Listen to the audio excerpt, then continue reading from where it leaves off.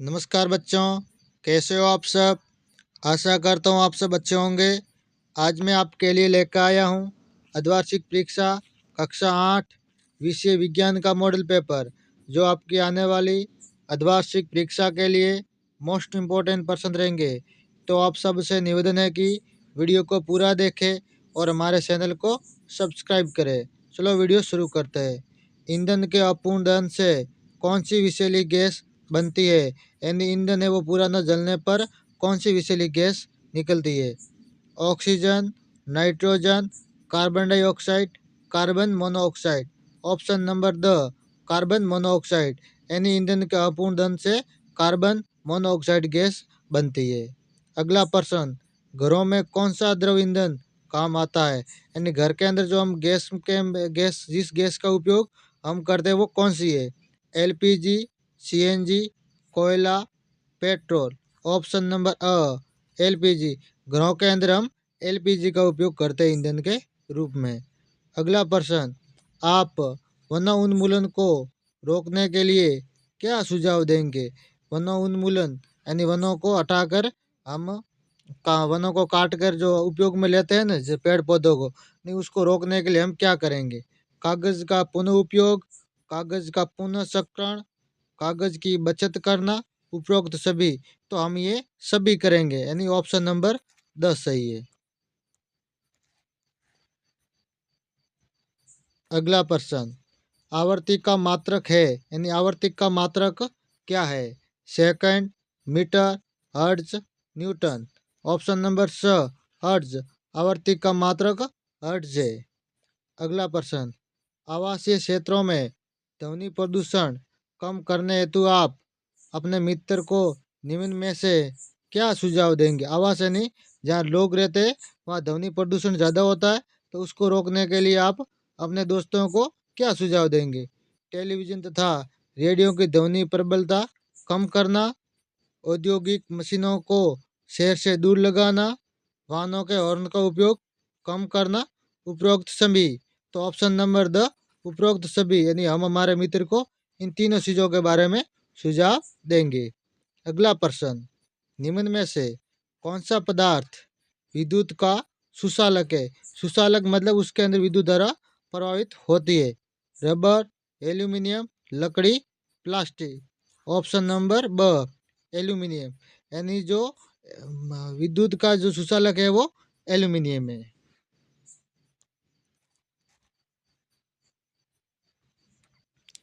अगला प्रश्न, gas burner, cycle का हैंडल, पहिए के रिम आदि पर क्रोमियम का विद्युत लेपन क्यों किया जाता है, यानी उस पर क्रोमियम का लेपन क्यों किया जाता है। क्रोमियम में चमकदार होती है, यानी जो क्रोमियम धातु होती है वो चमकदार होती है, संसारित नहीं होती है, यानी उसके ऊपर जंग वगैरह नहीं लगता है। ये खरोंचों का प्रतिरोध करता है, यानी उसके ऊपर खरोंच नहीं आता है, या उपरोक्त सभी। तो ऑप्शन नंबर 10 सही है, उपरोक्त सभी, यानी क्रोमियम इन तीनों में सहायक है। अगला प्रश्न, आप निम्न में से किसे घर्षण द्वारा आसानी से आवेशित नहीं कर सकते, यानी आप इनमें से घर्षण द्वारा आवेशित नहीं कर सकते हो। प्लास्टिक स्केल, तांबे की वस्तु, फूला हुआ गुब्बारा, ऊनी स्वेटर। तो ऑप्शन नंबर ब तांबे की वस्तु को हम घर्षण द्वारा आवेशित नहीं कर सकते। अगला प्रश्न, निम्न में से सिंचाई के पारंपरिक व आधुनिक साधनों को सारणी में लिखिए, यानी पारंपरिक यानी पुराने, आधुनिक यानी अभी के, इनके बारे में हमें लिखना है। तो पारंपरिक जो साधन है वो मोट, ढेकली, रहट आदि है। आधुनिक है ड्रीप तंत्र, छिड़काव तंत्र, यानी फुहारा वगैरह भी चल रहा है, उसे हम आधुनिक बोलते हैं, यानी अब आज के साधन बोलते हैं।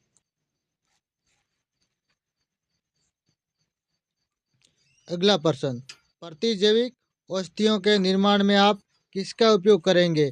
प्रतिजैविक औषधियों के निर्माण में हम किसका उपयोग करेंगे। प्रतिजैविक औषधियों के निर्माण में सूक्ष्म जीव जैसे जीवाणु, कवक का उपयोग करेंगे, यानी प्रतिजैविक औषधियों के निर्माण के लिए हम जीवाणु और कवक का उपयोग करेंगे, यानी सूक्ष्म जीव कौन कौन से हैं? कवक और जीवाणु।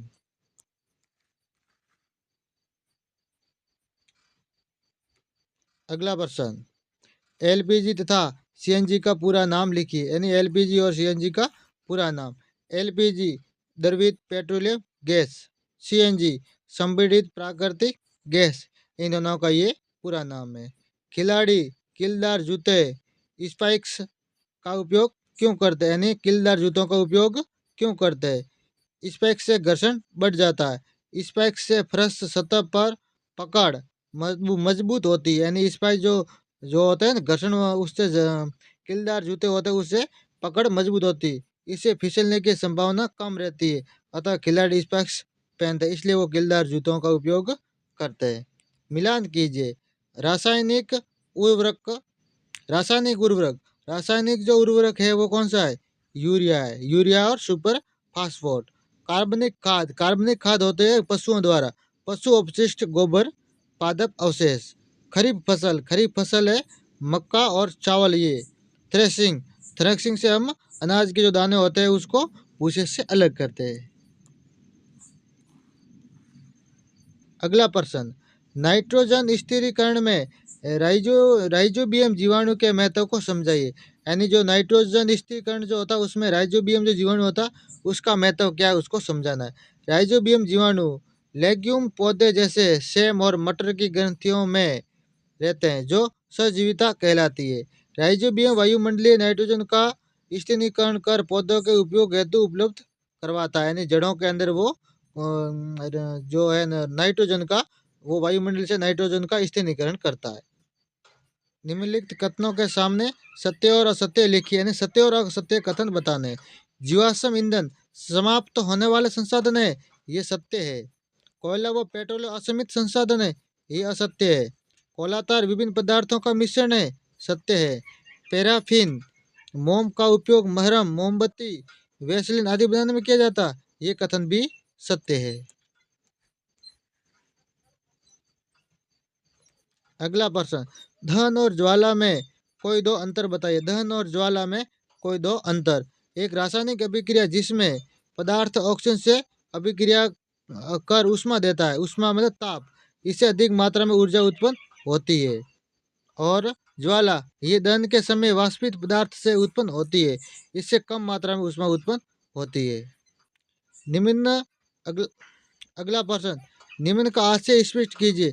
रेड डाटा पुस्तक के बारे में और जैव विविधता के बारे में हमें बताना है।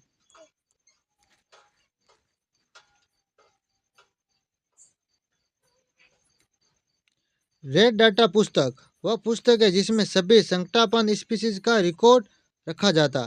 पौधे, जंतु और अन्य स्पीसीज के लिए ये अलग अलग रेड डाटा पुस्तकें होती है।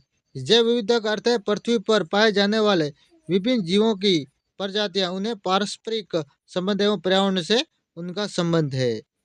अगला प्रश्न, रिक्त स्थानों की पूर्ति उचित शब्दों द्वारा कीजिए, यानी खाली जगहों का जो शब्द जो पूर्ति है वो इस कोष्टक में लिखे उचित शब्दों से करनी है। अमीबा है वो द्विखंडन द्वारा जनन करता है। अंडाणु एवं शुक्राणु का संलयन निषेचन कहलाता है। मनुष्य, गाय, कुत्ते आदि जंतु जो शिशु को जन्म देते हैं उसे हम जरायुज कहते हैं। मुकुलन द्वारा हाइड्रा में होता है। मुकुलन का जनन होता है वो हाइड्रा के द्वारा होता है। किसमें होता है? हाइड्रा।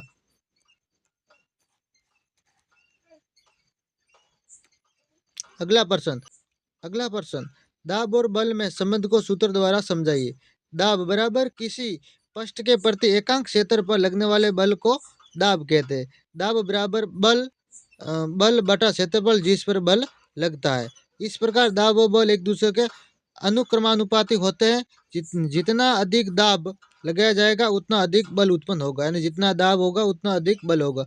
इस प्रकार जितना अधिक बल होगा उतना अधिक दाब होगा।